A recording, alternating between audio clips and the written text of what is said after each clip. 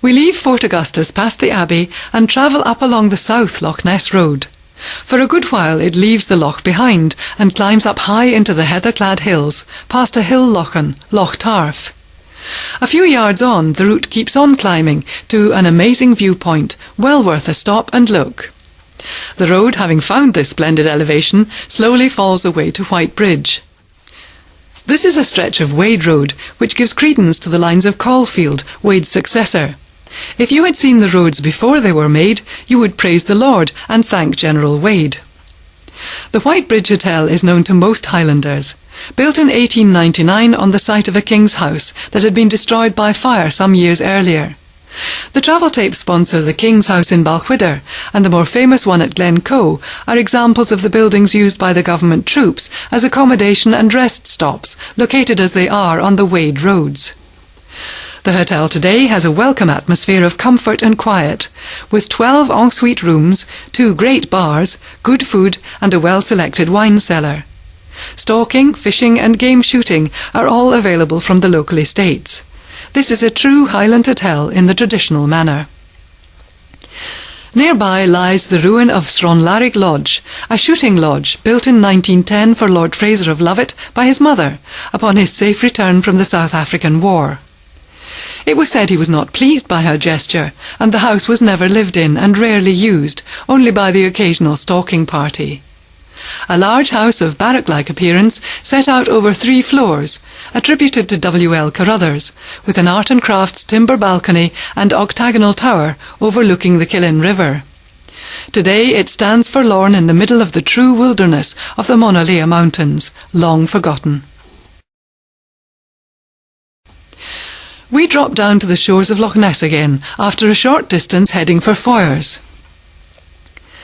The River Foyer's famous falls were at one time regarded as the most spectacular in Britain.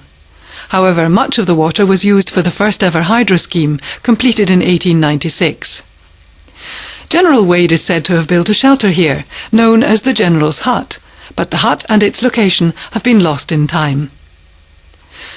Craigdarroch House Hotel offers country house ambience with log fires, wood panelling, comfortable sofas and a refurbished conservatory enjoying amazing loch views. The malt shop bar has over 100 malts and the restaurant has a well-earned reputation for its Scottish fare. The ensuite rooms offer the opportunity to stay for a few days and savour the peace and beauty of Foyers. A little out of the village, the road runs high above the loch, passing Boleskine House, the one-time home of Alistair Crowley, occultist, Satanist and self-styled Great Beast. More recently the house was owned by the rock star Jimmy Page. The road runs above the loch and gives much better views than the busy main road, which you can see across the water. After a good few miles it arrives at Dawes. In the past, it was rumoured that the Dawes Inn was haunted by officers of General Wade's army, responsible for building the road that runs along the loch, who were billeted there some 200 years or so ago, or possibly the soldiers who were camped on the hillside opposite, now occupied by the village.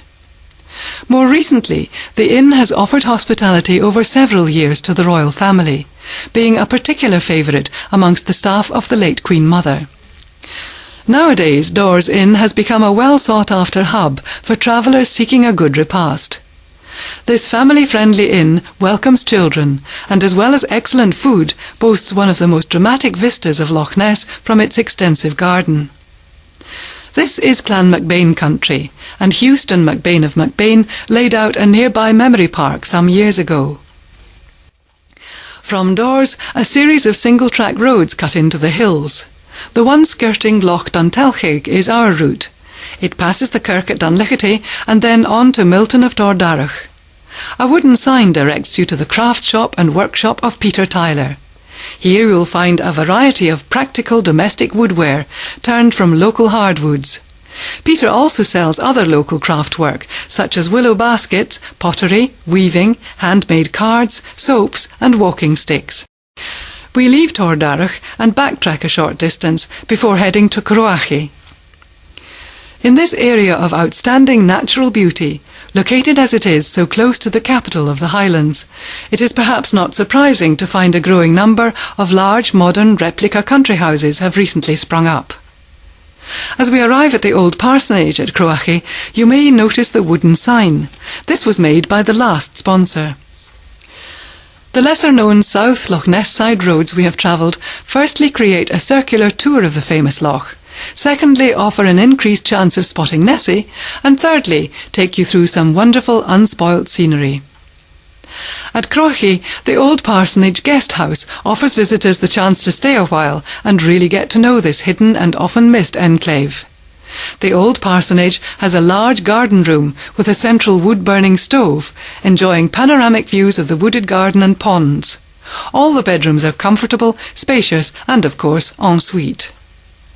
The next hamlet is far, and indeed it does seem far away from anywhere here. But we are going to strike out of Strathnairn and head over a dramatic single-track road, complete with sheep gates. Please open and close them as you find them. To perhaps one of the best hidden glens in the Highlands, Strathdarn. This is an outstanding area for spotting herds of red deer, wild goats and rare birds like ospreys, eagles and even on occasions the reintroduced sea or white-tailed eagles.